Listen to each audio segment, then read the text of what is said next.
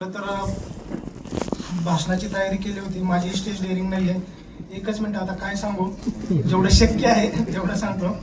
खरं तर आज आपण या ठिकाणी बाबासाहेबांना अभिवादन करण्यासाठी जमलेलो आहोत. हे असे व्यक्तिमत्व होतं ज्यांनी अंधकारातून प्रकाशाकडे मार्ग दाखवला, ज्यांनी माणसाला माणसात आणलं आणि ज्यांनी अन्यायाच्या भिंती सोडून भेटून समानतेचे दार उघडले. अशा या बाबासाहेबांना अभिवादन करून मी काही गोष्टी तुम्हाला सांगतो. आपण सर्वजण ऑफिसर ट्रेनी आहोत. आपल्याला बाबासाहेबांच्या आयुष्यातून काय शिकायला भेटू शकतं, तर त्याच्यामध्ये सर्वात महत्त्वाचं आहे ते समानता. बाबासाहेबांचं जीवन जर बघितलं तर समानतेच्या मूल्यांसाठी त्यांनी आयुष्यभर झटत राहिले. त्यांनी पदोपदी अस्पृश्यता असेल, विषमतेचे बरेच चटके भेटले, परंतु त्यांनी दूर करण्यासाठी आपले आयुष्य पणाला लावले. आपण देखील एक अधिकारी म्हणून जगत असताना किंवा हे असताना एक समानता कशी प्रशासनामध्ये आणता येईल किंवा लोकांना समान वागणूक कशी देता येईल यासाठी आपण महत्त्व दिलं पाहिजे आणि ते सुनिश्चित केलं पाहिजे. याचं उदाहरण द्यायचं झालं तर नाशिकचा काळाराम मंदिराचा सत्याग्रह, जो की त्यांनी शांततेने पार पाडला. खूप मोठ्या प्रमाणामध्ये तिथे विरोध झाला, परंतु तो त्या विरोधाला न जुमानता त्यांनी शांततेने तिथे ज्या समाजाला न्याय डावलला जातोय त्या समाजाला न्याय देण्याचा प्रयत्न केला. दुसरं म्हणजे त्यांची ज्ञानाची उपासना. खरं तर बाबासाहेबांचं जर जीवन बघितलं तर त्यांनी खूप हालाकीत शिक्षण घेतले. त्यांना शिक्षण घेणं एवढं त्या काळामध्ये एवढं सोपं नव्हतं, तरी देखील त्यांनी लंडन असेल, अमेरिका इथे शिक्षण घेतलं.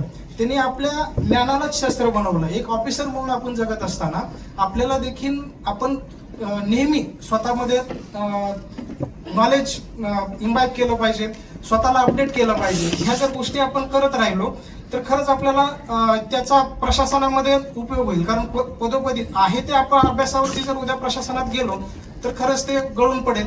आपण ते नेहमी अपडेट करत राहिलं पाहिजे स्वतःला. हे बाबासाहेबांचं मोठं शस्त्र होतं आणि ते आपल्याला वापरता येईल. तिसरा महत्त्वाचा गुण होता ते म्हणजे त्यांचा नेतृत्व गुण. नेतृत्व जे बाबासाहेबांनी बघितलं तर आपण संविधानाचे शिल्पकार त्यांना म्हणतो. त्यांनी संविधान दिली, संविधानाची निर्मिती केली, त्यामध्ये स्वातंत्र्य, समता, बंधुता ही मूल्ये त्यांनी जपली. आज आपण उद्या ऑफिसर म्हणून ज्यावेळेस आपल्या कार्यक्षेत्रात जाऊ त्यावेळेस आपलं महत्त्वाचं काम काय आहे, तर ही जी काही कॉन्स्टिट्युशनल व्हॅल्यूज आहेत, ही काही जी मूल्य आहेत, त्या मूल्यांना आपण किती न्याय देऊ शकतो आणि ती मूल्य आपण सत्यात उतरवण्याचा खरं तर प्रयत्न केला पाहिजे. त्यांनी संविधानाची निर्मिती करत असेल त्यावेळेचा जर डिबेट बघितला तर त्यांनी वंचितांसाठी, उपेक्षितांसाठी खरंच खूप मोठ्या प्रमाणामध्ये त्यांनी संघर्ष केला आणि त्यांना जे हवं होतं ते वंचित घटकासाठी, उपेक्षितांसाठी त्यांनी आणलं. उद्या आपण ऑफिसर म्हणून गेल्यानंतर आपला सर्वात जास्त सगळी महत्त्वाची प्रायोरिटी ही वंचित घटक असायला पाहिजे, जेणेकरून आपण त्या समाजातल्या शेवटच्या पायदानावर असलेल्या व्यक्तीला आपण न्याय देऊ शकू. सगळ्यात शेवटचे सांगतो ते म्हणजे धैर्य आणि संयम. बाबासाहेबांचं जीवन हे धैर्य आणि संयमाचं प्रतीक आहे. त्यांनी अनेक विरोधांचा, टीकेंचा आणि अडचणींचा सामना केला, परंतु त्यांनी कधी हार मानली नाही. आपण देखील उद्या एक ऑफिसर म्हणून ज्यावेळेस फील्डवर जाऊ त्यावेळेस खूप आपल्याला विरोध होईल, टीका होईल, अनेक गोष्टींचा आपल्याला सामना करावा लागेल, परंतु त्या ठिकाणी आपलं खरं महत्त्व आहे ते धैर्य आणि संयम. धैर्य आणि संयमाच्या जोरावर आपण एक चांगला ऑफिसर बनवू शकतो. मित्रांनो, बाबासाहेबांचं जीवन हे फक्त एक इतिहास नव्हे तर आपल्या प्रत्येकासाठी एक संदेश आहे. ते म्हणतात, शिक्षण हे कोणत्याही शस्त्रापेक्षा अधिक शक्तिशाली आहे जे अंधकार नष्ट करू शकतं. आपण जे आज इथे प्रशिक्षण घेत आहोत, आपल्या हातात उद्याचे भविष्य घडवण्याची शक्ती आहे. बाबासाहेबांचे हे गुण समानता, न्याय, ज्ञान, नेतृत्व आणि धैर्य आपल्या जीवनाचा आणि कारकिर्दीचा आधारस्तंभ बनावा.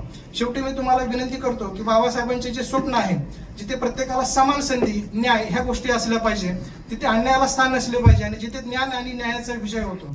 आपण ऑफिसर म्हणून फक्त कायदा लागू करणारे न राहता बाबासाहेबांचा वारस बनू, समाजाचा विकास करणारे, लोकांचं रक्षण करणारे आणि देशांचा गौरव वाढवणारे. थँक्यू, धन्यवाद मला संधी दिली.